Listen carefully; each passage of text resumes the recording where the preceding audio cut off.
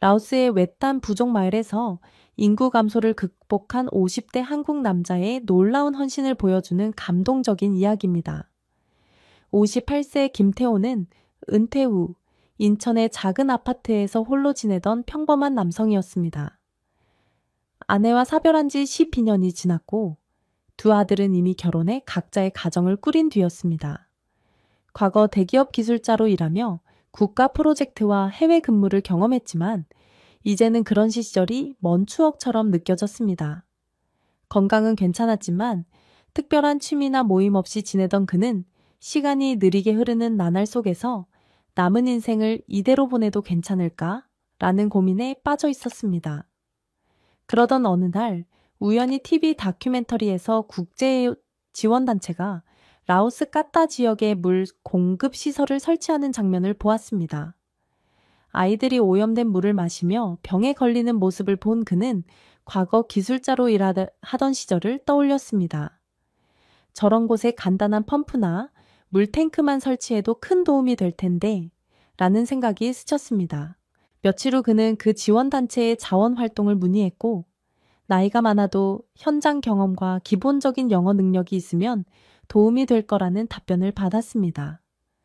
몇 번의 면접과 서류 절차를 거쳐 그는 결국 활동팀에 합류하게 되었습니다. 가족들에게는 오래전부터 생각했던 해외 지원 활동을 하러 간다고 간단히 알렸지만 아들들은 처음 듣는 소식에 놀라면서도 아버지의 결정을 지지했습니다. 아버지, 건강 조심하세요.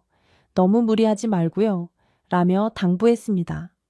그렇게 김태호는 처음으로 봉사활동을 위해 라오스로 떠났습니다. 그는 이 여정이 남은 인생에 새로운 의미를 줄 것이라는 기대를 품었습니다.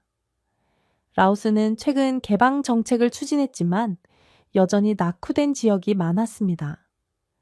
김태호가 도착한 곳은 수도 루앙프라방에서 멀지 않은 소도시였습니다. 그는 지원단체의 현지 사무소에서 간단한 교육과 안내를 받았습니다.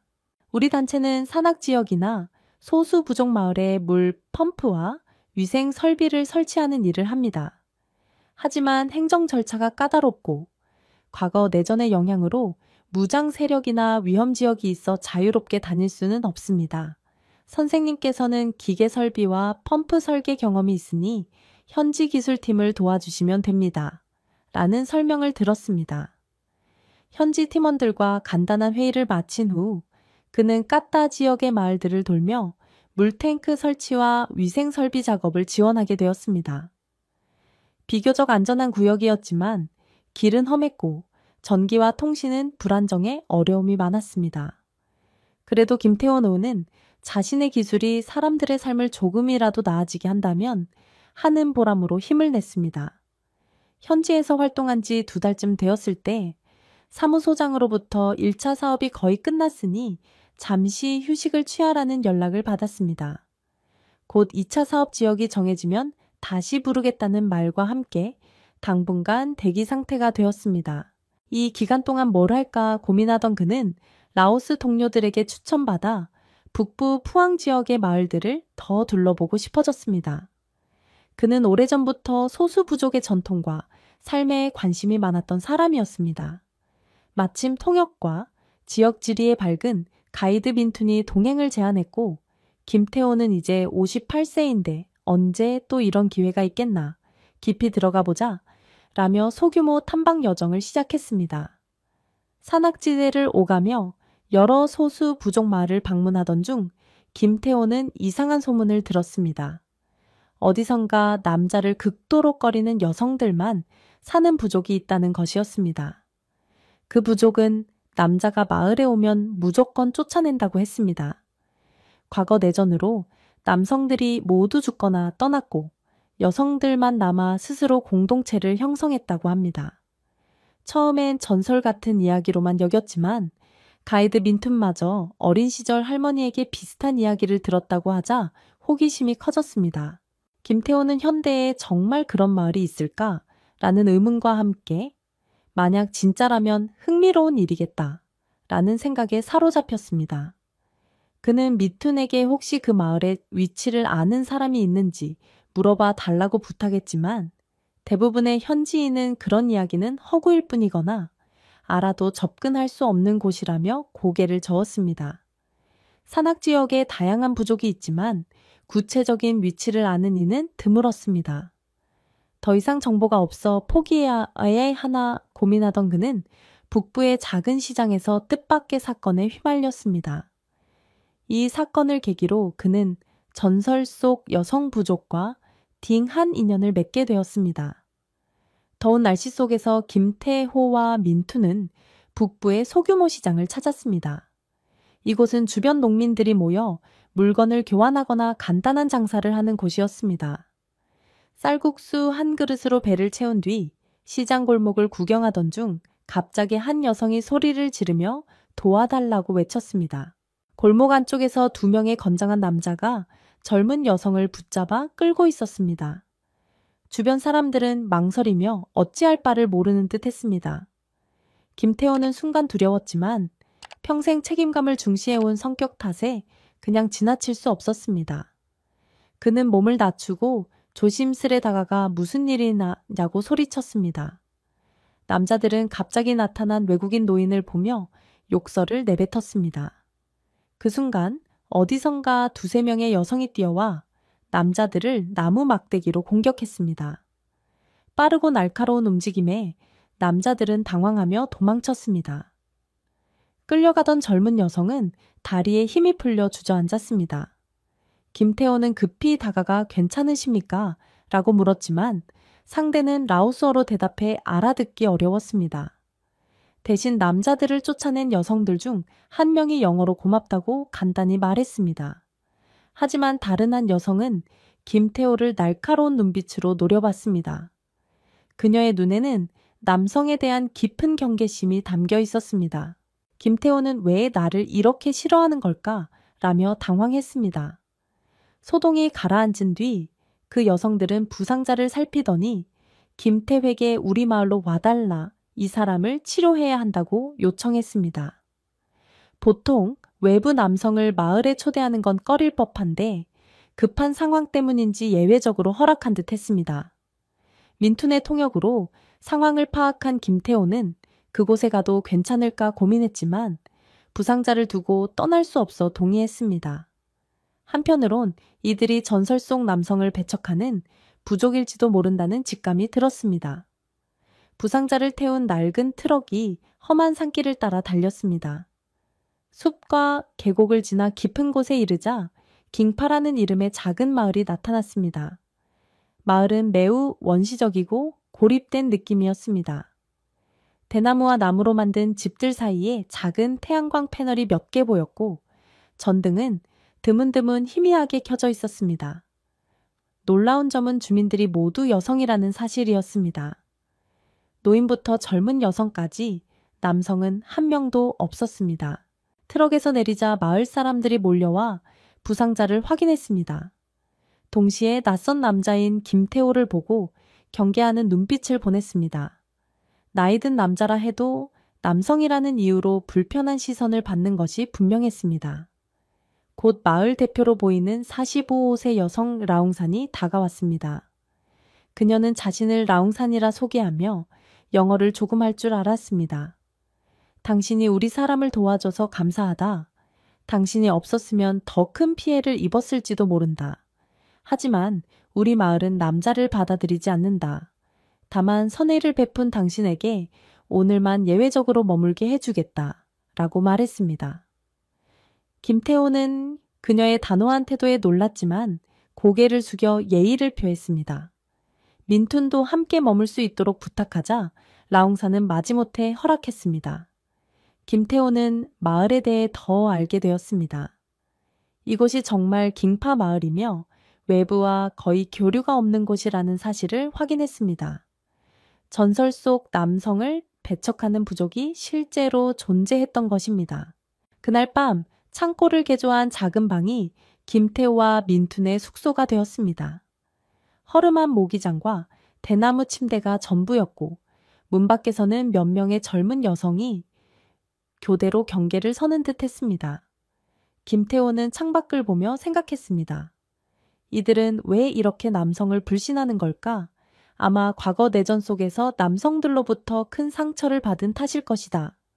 하지만 남성을 완전히 배제한 채 어떻게 공동체를 유지하는지 궁금했다.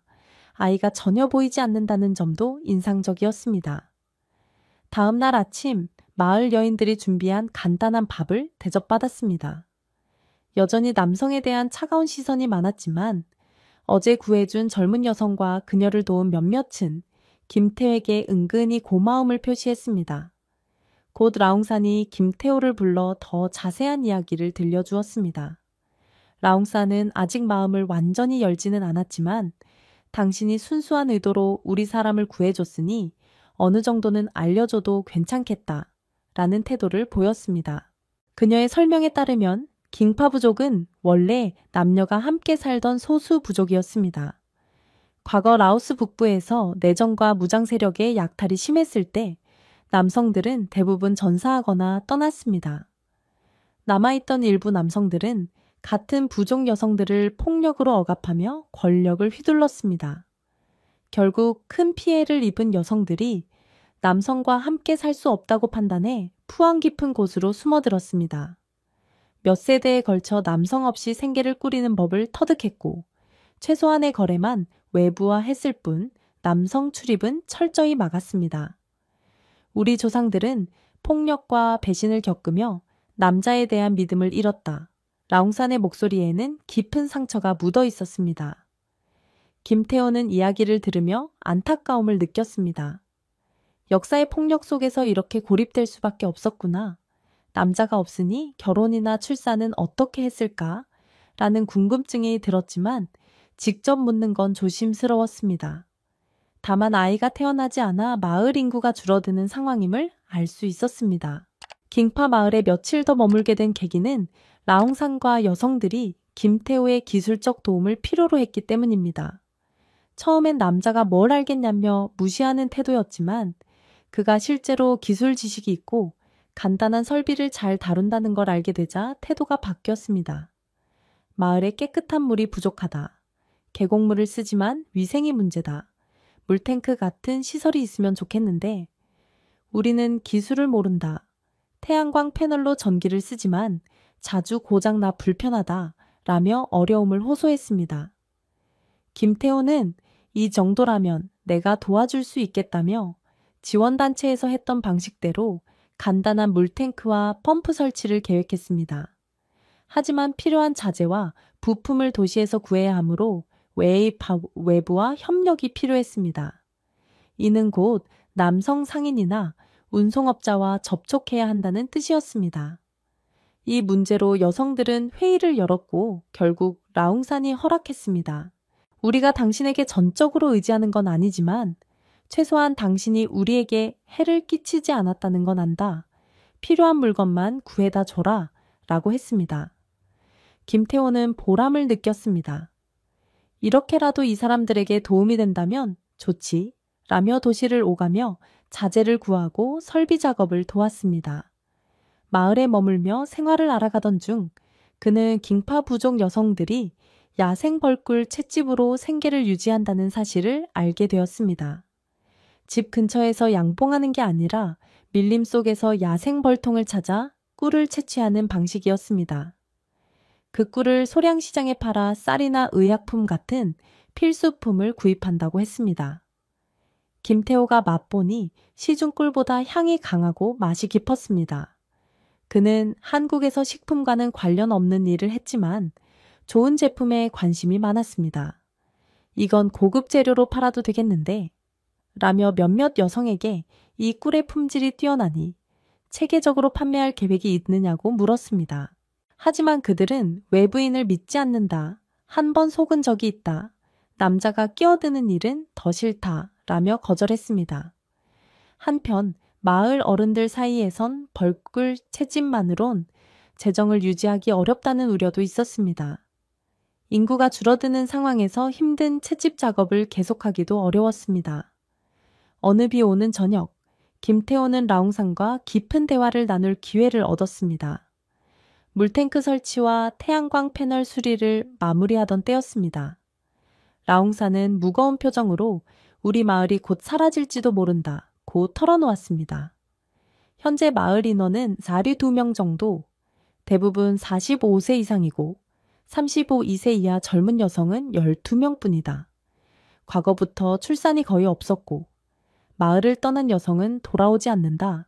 새로운 인구 유입 없이 시간이 흐르니 마을 존속이 위태롭다 라고 했습니다. 남자를 받아들이지 않으니 아이가 생길 기회도 없지 않습니까? 김태호가 조심스레 묻자 라옹사는 고개를 끄덕였습니다. 알고 있지만 받아들이기 힘들었다. 우리 선조들은 남성에게 큰 상처를 받았다. 폭력, 배신, 학대, 이런 트라우마가 몇 세대를 이어왔다. 하지만 이제는 다른 시대라는 걸 우리도 조금씩 깨닫고 있다. 문제는 남자를 받아들이면 그들이 다시 권력을 장악할까 두려운 것이다. 라고 답했습니다.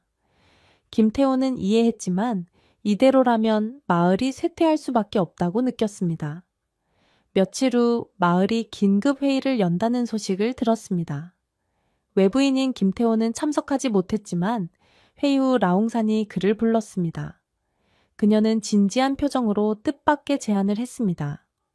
김태호 씨, 우리에게 부탁이 있다. 아이를 가져다 줄 수 있겠나? 그는 순간 귀를 의심했습니다. 내가 58세인데 이런 일을 라며 놀랐지만 라옹사는 당신이 우리를 도우며 폭력적인 모습을 보이지 않았기에 믿을 수 있다고 판단했다. 마을을 살리려면 후계 세대가 필요하다. 낯선 남성 여러 명을 들이기보다 검증된 당신 한 사람과 아이를 낳는 게 낫다. 억지로 할 필요는 없다. 하지만 마을로선 절박하다. 라고 설명했습니다.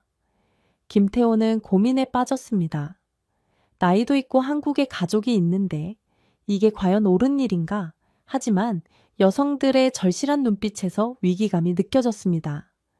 그는 고심 끝에 내가 감당할 수 있는 선에서라면 도와주겠다고 답했습니다.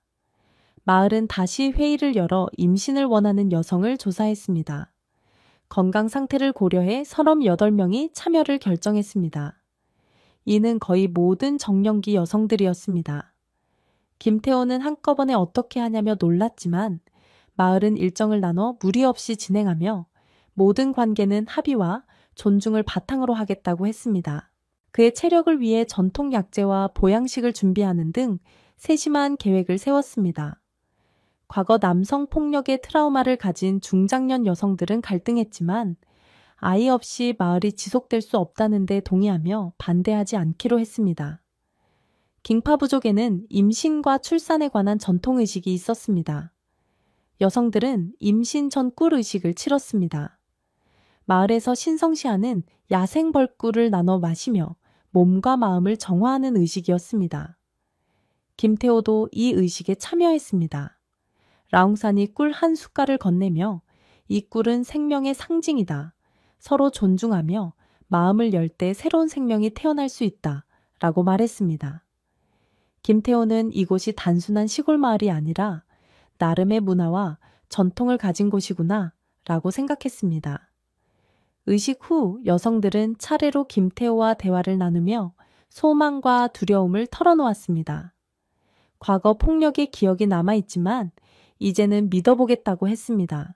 이렇게 임신 계획은 마을의 문화와 의식을 통해 신뢰를 쌓으며 점진적으로 진행되었습니다. 한편 마을은 바빠졌습니다.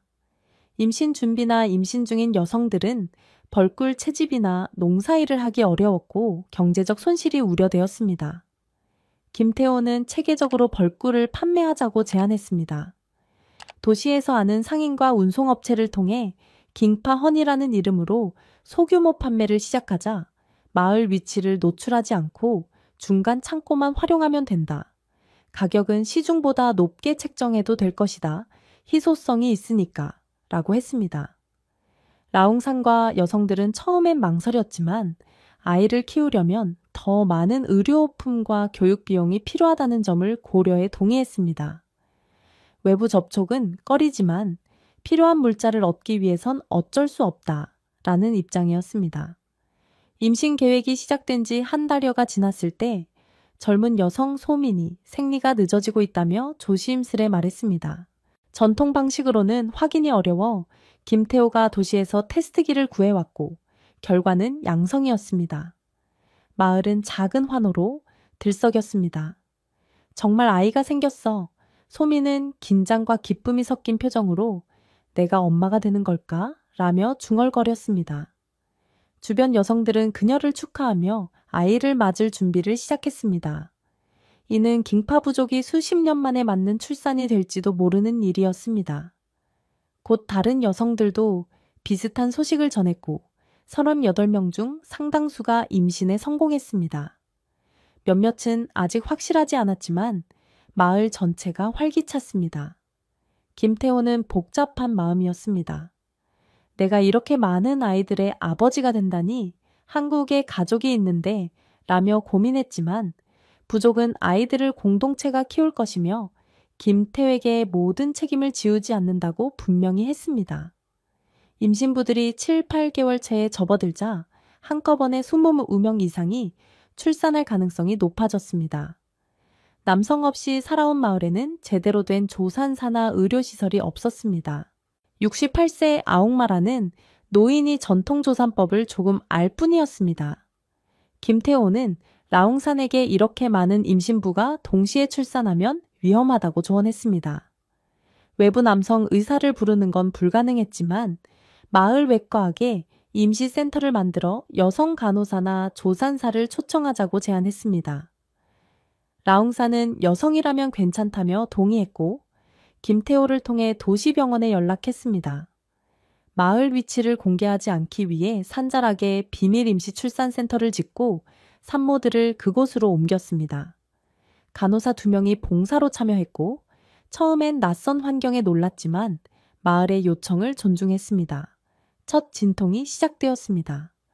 소민이 가장 먼저 난산으로 제왕절개가 필요하다는 판정을 받았습니다. 전통 조산만으로는 위험했지만 간호사들이 빠르게 대처해 무사히 아이를 낳았습니다. 건강한 여자아이였습니다. 마을 전체가 축하하며 기뻐했습니다. 며칠 후 다른 여성들도 연달아의 진통을 겪었습니다.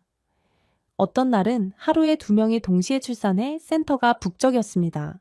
어려움이 많았지만 조산사와 마을 여성들의 협력으로 대부분 안전하게 아기를 낳았습니다. 한 달여 동안 28명 이상의 신생아가 태어났습니다. 마을은 축제 분위기였습니다. 예전엔 들을 수 없던 아기 울음소리가 사방에 울렸습니다. 여성들은 밤낮 없이 바빴지만 이것이 우리가 꿈꾸던 미래다 라며 감격했습니다. 아기들이 태어나면서 벌꿀 사업의 필요성도 커졌습니다. 마을은 신생아를 돌보느라 일손이 부족했고 양육 물자가 더 필요해졌습니다. 김태호는 도시에서 임대한 중간 창고를 통해 깅파 허니를 점차 알렸습니다. 처음엔 소량만 판매했지만 SNS와 입소문을 통해 라오스 북부의 희귀야생 벌꿀로 알려지며 수요가 늘었습니다. 그는 장기적으로 해외 수출도 가능하다며 여성들에게 포장과 브랜딩을 가르쳤습니다. 마을 위치와 내부 사정은 철저히 비밀로 했습니다. 수익이 늘자 라옹산과 여성 지도부도 안심했습니다. 분유, 의약품, 교육교재 등을 구입할 수 있게 되었기 때문입니다. 아이들이 자라면서 마을은 활기를 찾았지만 새로운 갈등도 생겼습니다. 과거 남성 폭력의 기억이 깊은 중장년 여성들은 김태호가 마을을 장악하려는 게 아닌가 의심했습니다. 하지만 그가 운영에 간섭하지 않고 의사결정이 여성회의를 통해 이루어지는 걸 보며 점차 안심했습니다. 또 다른 문제는 남자아이가 태어난 경우였습니다. 몇 명이 아들을 낳았고 오비 10년 후 이 아이들이 자라면 마을이 어떻게 대할지 고민이 되었습니다. 남성으로서 폭력이나 지배를 반복할까 두려운 시선이 있었습니다. 김태호는 그 아이들은 우리가 새로운 문화를 가르치며 함께 살아가면 된다. 과거의 폭력적 남성과는 다른 세대가 될 것이다. 라며 설득했습니다. 여성들도 시간이 지나며 변화의 필요성을 공감했습니다. 젊은 여성들 일부는 외부 남성을 더 받아들여 마을 규모를 늘려야 하지 않겠냐고 제안했습니다. 아이가 많아지며 인력 부족과 노동 분담 문제가 생겼기 때문입니다. 하지만 중장년층은 아직 위험하다. 남성이 유입되면 전통과 안전이 깨질 것이다 라며 반대했습니다. 결국 라옹사는 이 문제는 아이들이 더 자란 뒤 다시 논의하자고 정리했습니다. 김태호는 마을의 결정이라며 중립을 지켰습니다. 아기들이 태어난 지 1년이 지나자 마을은 교육 문제를 고민했습니다. 과거엔 문맹률이 높았고 외부 교사를 부르는 것도 금기였지만 이제 아이들의 미래를 위해 적절한 교육을 원했습니다. 김태호는 벌꿀 수익으로 마을 근처에 간단한 교실을 짓고 여성 교사를 초빙하자고 제안했습니다. 일부는 라오스 공립학교를 고려했지만 마을 노출 위험이 크다는 이유로 반대가 나왔습니다. 결국 단계적으로 진행하기로 했습니다. 아기들이 태어난 지 1년이 되는 날, 깅파 부족은 큰 축제를 열었습니다. 과거엔 전쟁과 약탈의 공포로 축제를 열지 못했지만 이번은 달랐습니다. 마을을 꽃과 천으로 장식하고 전통 춤과 노래를 준비했습니다. 축제의 하이라이트는 김태호에게 감사의 마음을 전하는 의식이었습니다. 라옹산이 무대에 올라 여성들이 안고 있던 수십 명의 아기를 한 명씩 소개하며 말했다. 이 아이들은 우리의 미래다. 당신 덕분에 우리 마을이 다시 살아났다. 라고 했습니다. 김태호는 가슴이 벅찼습니다.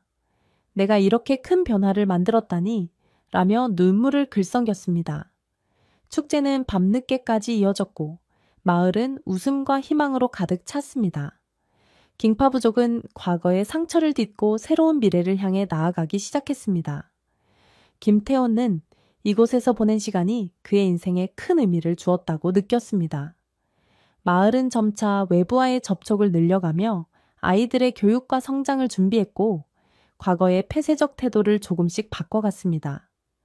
이 작은 변화는 라오스 북부의 외딴 마을에서 시작된 희망의 씨앗이었습니다. 여기 함께 해주셔서 감사합니다. 이 이야기에서 여러분의 의견이나 조언이 있으신가요? 아래 댓글로 남겨주시면 감사하겠습니다. 진심으로 감사드립니다.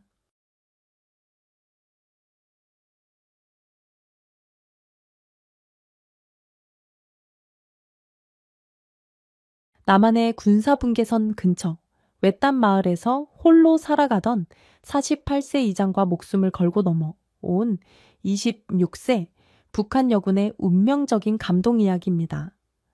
영상 보기 전에 채널을 팔로우하고 응원해 주시면 더 매력적인 사연으로 찾아오겠습니다. 평창의 작은 마을은 지도에서도 특별히 표시되는 곳으로 군사분계선에서 불과 몇 킬로미터 떨어져 있어 전쟁이 멈춘 지 오래되었음에도 긴장감과 역사의 무게가 남아있는 경계지대였습니다. 그곳에서 48세 박영수는 마을이장으로 살아왔습니다. 세월이 새긴 주름진 손과 따뜻한 미소로 그는 마을 사람들에게 신뢰받는 존재였습니다. 젊은 시절 그는 마음씨 고운 아내와 아들을 낳았지만 아이는 어린 나이에 사고로 잃었고 아내도 슬픔을 이기지 못해 병으로 세상을 떠났습니다. 홀로 남은 영수는 아내가 사랑했던 밭을 가꾸며 삶을 이어갔고 풍성한 곡식과 채소를 수확해 이웃과 나누는 것을 낙으로 삼았습니다. 군사분계선 근처라 마을엔 군인들이 자주 드나들었고 농사철이면 병사들이 일손을 돕거나 수색 중 잠시 들러 물과 간식을 얻어가곤 했습니다.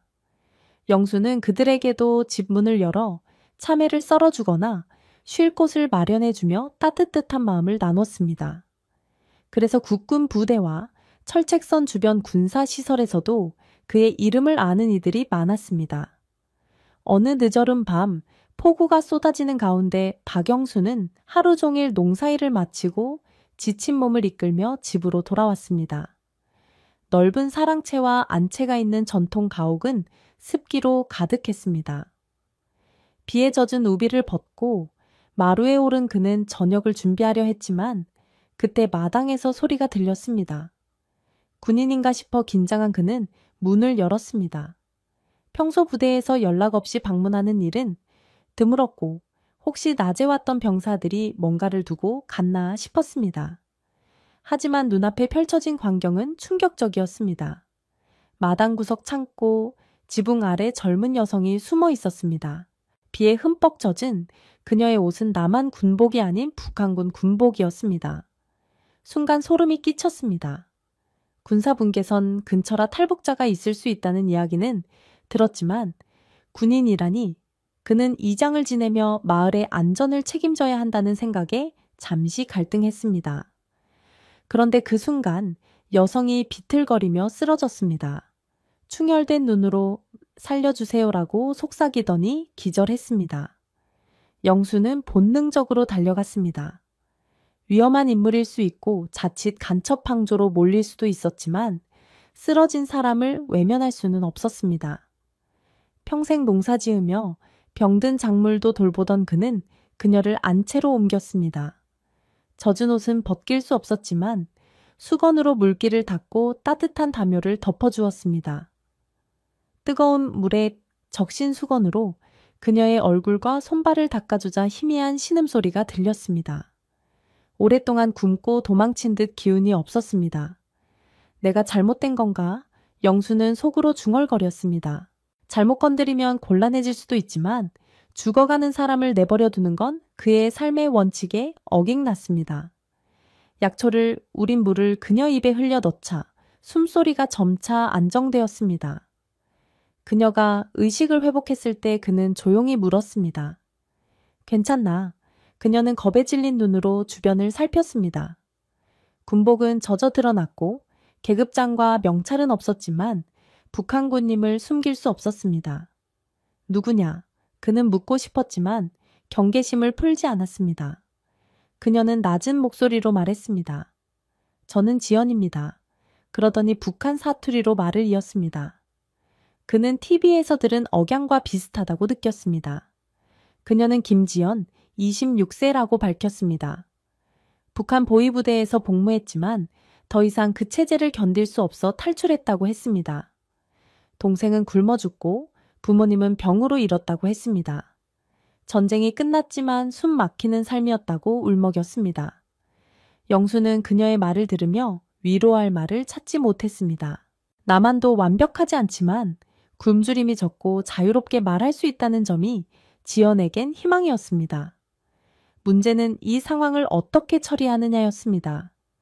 군사분계선 근처에서 발견된 북한 군인이니 원칙대로라면 군 당국에 즉시 신고해야 했습니다. 그렇지 않으면 영수 본인도 불이익을 받을 수 있었습니다. 그런데 이상하게도 그녀를 신고해야겠다는 생각보다 조금 더 지켜봐야 한다는 마음이 컸습니다.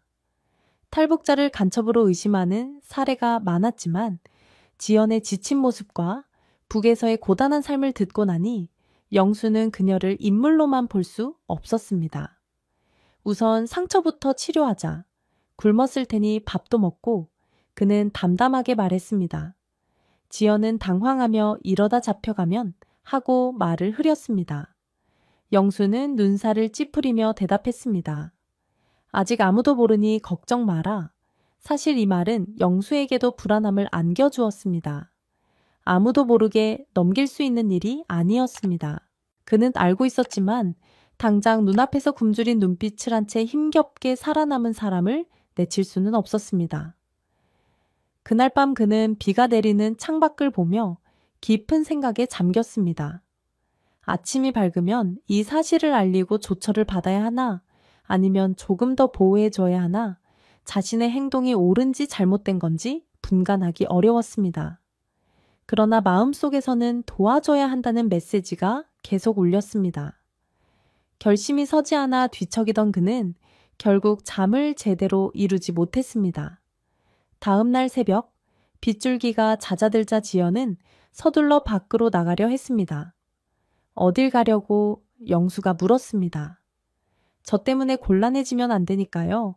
그냥 멀리 떠나서 지연은 간신히 걸음을 뗐지만 얼마 못 가 주저앉았습니다. 굶주림과 상처, 지난밤의 고된 탈출 여정이 겹쳐 몸을 가누기 힘들었습니다. 하나도 나아지지 않은 상태로 떠나면 금세 탈이 날 거야. 영수는 다가가 그녀를 부축했습니다. 마을에는 군인들도 많고 보안 요원들도 수색을 하러 오지만 내가 이장이니 그들과 친분이 있어 당분간 도와줄 수 있을 거야. 그의 예상치 못한 제안에 지연은 놀란 눈을 크게 떴습니다. 남한에서 무조건 배척만 있을 줄 알았던 그녀는 이 사람이 왜 이렇게 따뜻한지 머릿속이 복잡해졌습니다. 그렇게 며칠이 흘렀습니다. 영수는 집 뒤편 창고에서 이불과 생활 필수품을 구해 지연이 머물 수 있도록 조용한 공간을 마련했습니다. 혹시라도 사람들의 눈에 띄면 의심을 살 수 있으니 낮에는 절대 밖으로 나오지 말라고 당부했습니다. 대신 밤에는 부엌불을 켜 따뜻한 국을 끓이거나 밥과 반찬을 챙겨줬습니다. 지연은 매일같이 고마움을 표했습니다. 진심으로 감사합니다. 그녀 눈에는 점차 신뢰와 존경이 서려갔습니다. 하지만 아무리 외딴 마을이라 해도 낯선 움직임은 금세 소문이 퍼질 수 있었습니다. 특히 이장집에서 이상한 기척이 감지된다는 이야기가 돌면 군부대나 관공서에서 바로 알아챌 터였습니다. 박영수는 어느 날 지연에게 말했습니다. 이렇게 숨어 지낼 수만은 없어. 무책임하게 재워주는 것보다 조용히 절차를 밟아 남한에서 신분을 얻는 길을 찾아야 하지 않겠나. 지연은 고개를 끄덕였지만 두려움이 앞섰습니다. 제가 누군지 알려지는 순간 혹시 북한에서 저를 잡으러 오거나 이 마을에 피해를 줄까 걱정되어 그녀의 우려는 이해가 갔습니다. 뉴스에서 탈북자를 납치해 북으로 데려가려는 사건이 가끔 보도되곤 했습니다. 하지만 영수는 그녀에게 확신을 주고 싶었습니다. 여긴 남한이야. 군사분계선을 넘는 건 쉽지 않아. 우리 군대가 허술하지 않으니까 지연은 조금 안심하는 듯 했습니다. 이후 둘 사이에는 더 솔직한 대화가 오갔습니다. 지연은 북에서 겪은 힘든 삶과 가족을 잃은 나의 아픔을 털어놓았고 영수는 오랜 세월 겪은 상실과 외로움을 이야기했습니다.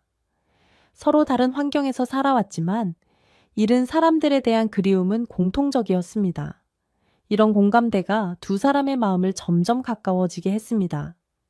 그러던 어느 밤 예상치 못한 일이 벌어졌습니다. 폭우가 쏟아지는 가운데 군부대 차량이 마을에 들어왔습니다. 이장님 계십니까? 군인들이 문을 두드렸습니다. 영수는 깜짝 놀라며 침착하려 했습니다. 혹시 지연이 들킬까 싶어 그녀에게 문 안쪽에 꼭 숨어 있으라고 당부했습니다. 문을 열자 이번 방문은 다른 이유였습니다. 마을 주민 한 명이 술에 취해 실종되었다며 군과 경찰이 합동수색에 나섰으니 이장으로서 협조를 부탁하는 상황이었습니다. 영수는 마음을 가다듬고 군인들을 응대했습니다. 다행히 그들은 집안을 자세히 살피지 않았습니다. 성실한 이장으로 알려진 영수를 의심하기보다는 그의 도움이 필요했기 때문입니다. 하지만 이 사건을 계기로 마을 주변 수색이 강화될 수도 있다는 생각에 그는 더 이상 시간을 끌 수 없다고 판단했습니다. 이제 정말 지연을 안전하게 당국에 인도해야 알고 결심했습니다. 그녀를 설득해 공식 경로를 통해 탈북자로 보호받는 길이 최선이라고 생각했습니다. 며칠 후 그는 용기를 내어 인근 부대장에게 은밀히 말을 꺼냈습니다. 혹시 여기서 발견된 탈북자가 있다면 어떻게 처리합니까? 부대장은 잠시 놀라며 그런 일은 정보팀에서 담당하지만 일단 보호수 정착지원센터로 이송해 정착을 돕는다고 했습니다. 왜 그러시냐고 되묻자 영수는 진짜 스파이가 아니라 절박해서 넘어온 사람이라면 무사히 정착할 수 있겠죠? 하고 다시 물었습니다. 부대장은 물론입니다. 조사 과정이 복잡해도 보호받고 정착할 수 있습니다. 간첩이 아니라면 문제없죠? 라며 안심시켰습니다. 영수는 귀가 후 지연에게 이 얘기를 전했습니다. 그녀는 망설였지만 남한에서 정착하는 길밖에 없다는 결론에 도달했습니다. 이장님이 믿으라는 거죠? 이걸로 이장님이 피해보진 않을까요? 라고 물었을 때 영수는 진중하게 고개를 끄덕였습니다. 내가 책임질 순 없지만 자네가 가장 안전하게 살 수 있는 길이야. 이렇게 숨어 지내는 건 옳은 방법이 아니야. 지연은 진심 어린 조언에 마침내 동의했습니다. 영수는 마을 사무소와 인근 부대에 연락했고 곧 정보 요원들이 출동했습니다. 지연은 긴장했지만 영수가 손을 꼭 잡아주자 마음을 다잡을 수 있었습니다. 정식 절차를 밟기 위해 그녀가 떠나는 날, 영수는 큰 허전함을 느꼈습니다. 짧은 시간이었지만 서로에게 의지하며 지낸 날들이었습니다. 지연이 차에 오르기 전 정말 고마웠습니다. 절 잊지 말아주세요. 라고 말하자 영수는 울컥하는 마음을 숨길 수 없었습니다. 여기서 이야기가 끝났다면 그저 탈북 여성과 이장의 따뜻한 만남으로 끝났을 것입니다. 하지만 몇 달 후 지연은 조사 과정을 마친 뒤 신변 보호를 받으며 정착지원센터에서 교육을 받고 남한에 정착했습니다. 영수는 그녀가 잘 지내는지 궁금했지만 연락할 방법이 없었습니다. 그러던 어느 날 정착지원센터 관계자를 통해 지연이 편지를 보내왔습니다. 편지에는 몸을 추스르고 제도권에서 인정받으면 꼭 찾아가겠다는 내용과 남한에서 처음 손을 내밀어준 분을 잊을 수 없다는 진심이 담겨 있었습니다. 영수는 편지를 읽으며 그녀의 초조했던 표정과 고마운 눈빛이 떠올랐습니다. 그리고 몇 달이 더 지나 지연의 존재가 희미해질 무렵이었습니다. 어느 봄날 이장집 대문 앞에서 누군가 이장님 하고 부르는 소리가 들렸습니다. 문을 열고 나가니 단정한 옷차림의 지연이 서 있었습니다. 이전보다 단단한 눈빛으로 이장님 오래간만입니다. 라고 밝게 웃으며 인사했습니다. 영수는 목이 메었습니다. 이게 누구야? 잘 있었나? 그의 가슴은 두근거렸습니다. 이제 좀 살 것 같아요. 정착지원센터 교육을 마쳤고 정부에서 마련해준 임시거처도 있어요. 전 이제 합법적으로 이 땅에 살 수 있는 사람이 됐습니다. 지연의 말에 영수는 다행이구나 하고 안도의 미소를 지었습니다. 그날 이후 지연은 종종 마을에 들러 영수를 찾아왔습니다. 처음에는 자신을 도와준 은인을 보기 위해서였지만 차츰 마을 생활에 익숙해지며 이웃들에게도 도움이 되고 싶다는 마음이 커졌습니다. 사람들은 그녀를 처음엔 낯설어했지만 영수가 적극적으로 소개하며 다니자 자연스럽게 마음을 열었습니다. 어찌 북한에서 온 분이 그렇게 인물도 좋고 일도 잘하나 마을 주민들이 감탄했습니다. 지연은 북에서 군복무로 단련된 체력 덕에 농사일을 수월하게 해냈습니다. 아침 일찍 밭을 메고 오후에는 영수와 함께 트럭에 농산물을 실어 시장에 내다 팔았습니다. 영수는 그녀를 볼 때마다 흐뭇함을 느꼈습니다. 저런 열정이면 어디서든 잘 살아가겠구나 라고 생각했습니다. 시간이 흐르며 두 사람 사이에 미묘한 감정이 싹 텄습니다. 영수는 나이 차이를 의식하며 마음을 다잡으려 했지만 지연의 눈빛에는 이미 애정이 담겨 있었습니다. 그녀는 영수가 기침만 해도 약을 챙겨주거나 영양가 높은 반찬을 준비하는 세심함을 보였습니다. 함께 지내며 서로의 마음이 가까워지는 건 자연스러운 일이었습니다. 마을 사람들도 이를 감지했습니다. 이장님이 아무리 마음이 넓어도 지연 씨한테 이렇게까지 신경 쓰는 걸 보면 특별한 게 틀림없지 라며 장난스레 말하는 이도 있었지만 반대하거나 비판하는 이는 없었습니다. 영수는 주변 시선을 신경 쓰기보다 지금 찾아온 감정이 진담이 진짜인지 고민하며 바쁜 나날을 보냈습니다. 지연은 북에서의 힘든 시절을 지나 평범하고 따뜻한 가정을 꾸리고 싶다는 꿈을 품었고 그 상대가 영수임을 깨달았습니다. 어느 날 논에서 일을 마치고 돌아오던 길, 노을이 산등성이를 붉게 물들이고 철책선 너머 초소가 보이는 저녁 무렵, 지연은 차가 멈춘 순간 조용히 입을 열었습니다. 이장님, 저 사실 이장님을 좋아하게 됐습니다. 라고 망설이다 고백했습니다. 영수는 당황했지만 속마음을 부정할 수 없었습니다. 나도 자네를 좋아해 라고 어설프게 답했습니다. 지연은 참았던 눈물을 흘렸습니다. 하지만 나이차와 탈북민 신분 때문에 문제가 되지 않을까 걱정도 됐습니다. 영수는 인생은 짧아 마음이 가는 대로 정직하게 살아야지. 남들 눈치만 보면 아무것도 못해 라며 그녀를 안심시켰습니다. 그 후 둘은 조심스럽게 사랑을 키워갔습니다. 마을 회관에서 함께 일하거나 교회 봉사활동을 할 때도 자연스레 동행했습니다. 지연이 서툰 말투로 마을 어르신들을 챙기는 모습을 본 주민들은 착한 아가씨가 북에서 왔다고 하니 대단하다며 흡족해 했습니다. 그러던 중 지연은 떨리는 목소리로 놀라운 소식을 전했습니다. 저 아이를 가진 것 같아요. 영수는 순간 머리가 하얗게 됐습니다. 이 나이의 아이라니. 처음엔 당황했지만 곧 기쁨이 차올랐습니다. 아내와 아이를 잃은 뒤 다시 가정을 꾸릴 수 없을 거라 생각했던 그에겐 꿈 같은 일이었습니다. 지연도 북에서 꿈꾸던 행복한 가정을 이룰 수 있다는 사실에 가슴이 벅찼습니다. 물론 탈북민 신분 때문에 서류 절차 중 관공서 직원이나 정보 요원들이 위장 결혼이 아닌가 의심하기도 했습니다. 하지만 이장으로서 수십 년 쌓은 영수의 신뢰와 마을 주민들의 증언 덕에 별 문제 없이 진행되었습니다. 얼마 지나지 않아 지연은 정식으로 한국 국적을 취득하고 영수와 혼인신고를 마쳤습니다. 북에서 군복을 입고 넘어왔던 그녀가 이제 남한 국민이 된 것입니다. 마을 사람들은 이 소식을 듣고 작은 잔치를 열었습니다. 이장님이 드디어 새 가정을 꾸리셨다니 이런 경사가 있나? 나이 48세에 새 신부를 맞이하는 게 이례적이지만 어울린다며 진심으로 축하해 주었습니다. 결혼식은 소박하지만 따뜻한 자리로 마련되었습니다. 마을 교회에서 주례를 서고 피로연에서 이웃들에게 떡과 음료를 나눴습니다. 군사분계선 근처라고 믿기지 않을 만큼 화기애애한 분위기였습니다. 결혼식 날 지연은 단정한 한복을 입고 살짝 부푼 배를 감싸 안았습니다. 눈물을 글썽이며 영수에게 인사했고 영수는 이 늙은이를 믿고 따라와줘서 고맙다 며 목이 잠긴 소리로 답했습니다.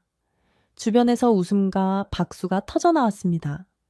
그 후에도 어려움은 있었습니다. 임신 초기 지연의 몸이 약해져 병원에 입원하기도 했습니다. 남북 관계가 경색되어 군사적 긴장이 고조될 때면 혹시 지연이 스파이로 의심받지 않을까 불안도 있었습니다. 하지만 시간이 흐르며 지연은 마을에 완전히 녹아들었습니다. 서툰 말투로 주민들과 이야기를 나누고 시장에서 흥정도 익숙해졌으며 누구보다 부지런히 농사일을 도왔습니다. 그리고 마침내 군사분계선 근처 병원에서 아이가 태어났습니다. 젖은 머리칼로 세상을 향해 울음을 터뜨린 아기의 탄생은 남과 북의 경계를 넘어선 사랑이 만든 또 하나의 선물이었습니다. 영수는 눈물을 참지 못했고 지연도 떨리는 손으로 아기를 안았습니다. 이 아이는 남과 북의 경계를 뛰어넘은 생명이에요. 지연의 속삭임에 영수는 깊은 감동을 느꼈습니다. 그래, 우리 민수가 이 장벽을 언젠가 허무는 세대를 살게 될지도 아기의 이름을 박민수라 지었습니다. 서로 민과 나아갈 수라는 뜻을 담았지만 남과 북이 이어진다는 염원도 있었습니다. 마을 사람들도 이 작은 생명에 큰 애정을 쏟았습니다. 모두가 한 마음으로 축하했고 아이 울음소리에 조용했던 마을이 더 환해졌습니다. 세월이 흐르며 마을에도 변화가 생겼습니다. 새 도로가 깔려 외진 출입이 늘고 군사 분계선 관광을 하려는 사람들도 찾아왔습니다. 분위기가 밝아졌다고 해도 분단의 현실은 여전했습니다. 그럼에도 영수와 지연은 늦둥이 민수를 돌보며 평범한 농촌 부부로 살아갔습니다. 아침이면 민수가 웃으며 아빠 하고 부를 때마다 영수는 이 모든 일이 꿈이 아닌지 마음속으로 되뇌었습니다. 가끔 그는 민수를 안고 철차의 책선 근처 전망대에 올라 저 너머를 바라보았습니다. 언젠가 저 너머에서도 자유롭게 오갈 수 있겠지.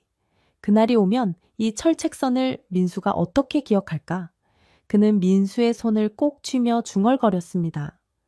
지연은 조용히 그의 어깨를 토닥이며 말했습니다. 함께라면 어떤 장벽도 넘을 수 있을 거예요. 이 아이는 남과 북이 아닌 부모의 사랑을 받는 아이로 자랄 테니 때가 되면 모든 경계가 의미 없어질 날도 오겠죠. 실제로 둘은 분단의 상처를 서로 보듬으며 새 생명을 통해 미래를 꿈꾸는 작은 통일을 살아냈습니다. 영수는 종종 생각했습니다. 평화와 통일은 거창한 게 아니라 이렇게 서로를 받아들이고 사랑하는 것만으로도 분단의 벽이 조금씩 허물어지는 게 아닌가. 이 믿음은 마을 주민들의 응원으로 더 단단해졌습니다. 이제 지연을 북에서 온 사람이라기보다 마을을 지키는 한 사람으로 인정했기 때문입니다. 군사분계선 근처의 조용한 마을에서 시작된 특별하고 따뜻한 인연은 서로에 대한 믿음과 배려로 피어났습니다. 분단의 상징이던 그곳이 이제 사랑과 희망의 장소가 되었습니다. 국경과 이념의 벽은 결코 작지 않았지만 두 사람은 마음과 손을 맞잡아 그 장벽을 넘었습니다. 그리고 하나이의 울음소리가 마을을 더 밝고 따뜻하게 물들였습니다. 세상은 변하고 남북 관계도 요동치지만 이 마을에서 박영수와 김지연 그리고 그들의 아이는 소박하고 단단한 행복을 지켜갔습니다. 정착지원센터에서 교육을 마치고 마을로 돌아온 뒤에도 지연은 가끔 북에서의 습관을 무심코 드러냈습니다. 밥을 먹을 때 그릇을 들고 소리를 내며 먹거나 새벽에 설명 없이 옷을 챙겨나가 몸을 풀곤 했습니다. 어느 날 주민 한 명이 새벽 산책 중 지연이 군인 시절처럼 팔굽혀펴기와 전투 훈련 동작을 하는 모습을 보고 놀랐습니다. 정말 군인이었나? 혹시 스파이가 아닌가? 라며 혼잣말이 소문으로 퍼졌고 몇몇은 탈북민에 대한 편견으로 수군거리기 시작했습니다. 이를 알게 된 지연은 마음이 불편해졌습니다. 제가 괜히 경계심을 불러일으켰나 봐요. 죄송합니다. 라고 영수에게 사과했습니다. 영수는 고개를 저으며 그럴 필요 없어. 자네가 어떤 훈련을 했든 그건 과거일 뿐 우리에게 위협이 아니잖아. 라고 다독였습니다. 그래도 지연은 주민들에게 불안감을 줄까봐 바깥에서 운동을 삼가게 되었습니다. 그러던 중 이 이야기를 들은 젊은 군인들이 지연 누님, 저희랑 같이 운동 가르쳐 주세요. 라며 다가왔습니다. 그녀의 체력과 기술이 뛰어날 거라 생각한 병사들이 호기심을 보인 것이었습니다. 지연은 처음엔 당황했지만 제안을 받아들여 공터에서 러닝과 스트레칭을 알려주었습니다. 주민들은 처음엔 의아해했지만 병사들과 지연이 함께 땀 흘리는 모습을 보며 건강에 좋겠다며 호기심을 보였습니다. 몇몇은 그녀의 실력이 여간한 강사보다 다 낫다며 감탄했습니다. 덕분에 그녀를 의심하던 소수의 주민들도 정직하게 사는 사람이 스파이일 리 없다며 안심하게 되었습니다. 이런 일은 운동에만 그치지 않았습니다. 지연이 북에서 배운 방식으로 김치를 담그거나 건조 채소로 반찬을 만드는 법을 마을 부녀회에서 보여줬을 때 모두가 놀라워했습니다. 북에서도 이런 다양한 음식을 만들 줄은 몰랐다. 정말 별미네. 라며 감탄했습니다. 이런 소소한 문화 교류가 이어지며 마을은 더 따뜻해졌습니다. 몇 년이 더 흐른 뒤 박영수와 김지연은 민수를 키우며 평창마을에서 소박하지만 행복한 가정을 꾸려갔습니다. 민수는 어느덧 5살이 되어 마을 아이들과 뛰놀며 밝게 자랐습니다. 지연은 민수에게 남한과 북한의 이야기를 들려주며 두 세계를 이어주는 사랑과 이해의 중요성을 가르쳤습니다. 영수는 민수가 철책선 근처에서 친구들과 웃으며 뛰노는 모습을 볼 때마다 가슴이 따뜻해졌습니다. 언젠가 이 아이가 더 큰 세상에서 남과 북의 경계를 허무는 꿈을 꾸게 될지도 모른다는 생각이 들었습니다. 마을에서도 변화가 이어졌습니다. 매년 봄이면 마을 광장에서 작은 축제가 열렸고 지연은 민수를 데리고 나가 주민들과 함께 노래를 부르고 음식을 나눴습니다. 그 자리에서 그녀가 북에서 배운 전통춤을 선보일 때면 주민들은 박수를 치며 환호했습니다. 남과 북이 함께 어우러진 이 작은 축제는 마을 사람들에게 평화의 의미를 새삼 느끼게 했습니다. 영수는 문득 지난 날을 돌아보며 지연에게 말했습니다. 자네가 처음 이 마을에 왔을 때 이렇게 웃으며 함께할 날이 올 거라곤 상상도 못했어. 지연은 미소 지으며 답했습니다. 저도 그때는 두려움 뿐이었죠. 하지만 이장님 덕분에 새로운 삶을 얻었어요. 우리 민수도 이런 사랑 속에서 자라니 참 다행입니다. 두 사람은 민수가 마을 아이들과 손을 잡고 뛰어가는 모습을 보며 서로의 손을 꼭 잡았습니다. 군사분계선 근처의 이 마을은 이제 분단의 아픔을 넘어 사랑과 희망으로 가득한 곳이 되었습니다. 그들의 이야기는 단순한 개인의 사랑을 넘어 서로를 이해하고 받아들이는 마음이 분단된 세상을 조금씩 바꿀 수 있다는 작은 증거가 되었습니다. 여기 함께 해주셔서 감사합니다. 이 이야기에서 여러분의 의견이나 조언이 있으신가요? 아래 댓글로 남겨주시면 감사하겠습니다. 진심으로 감사드립니다.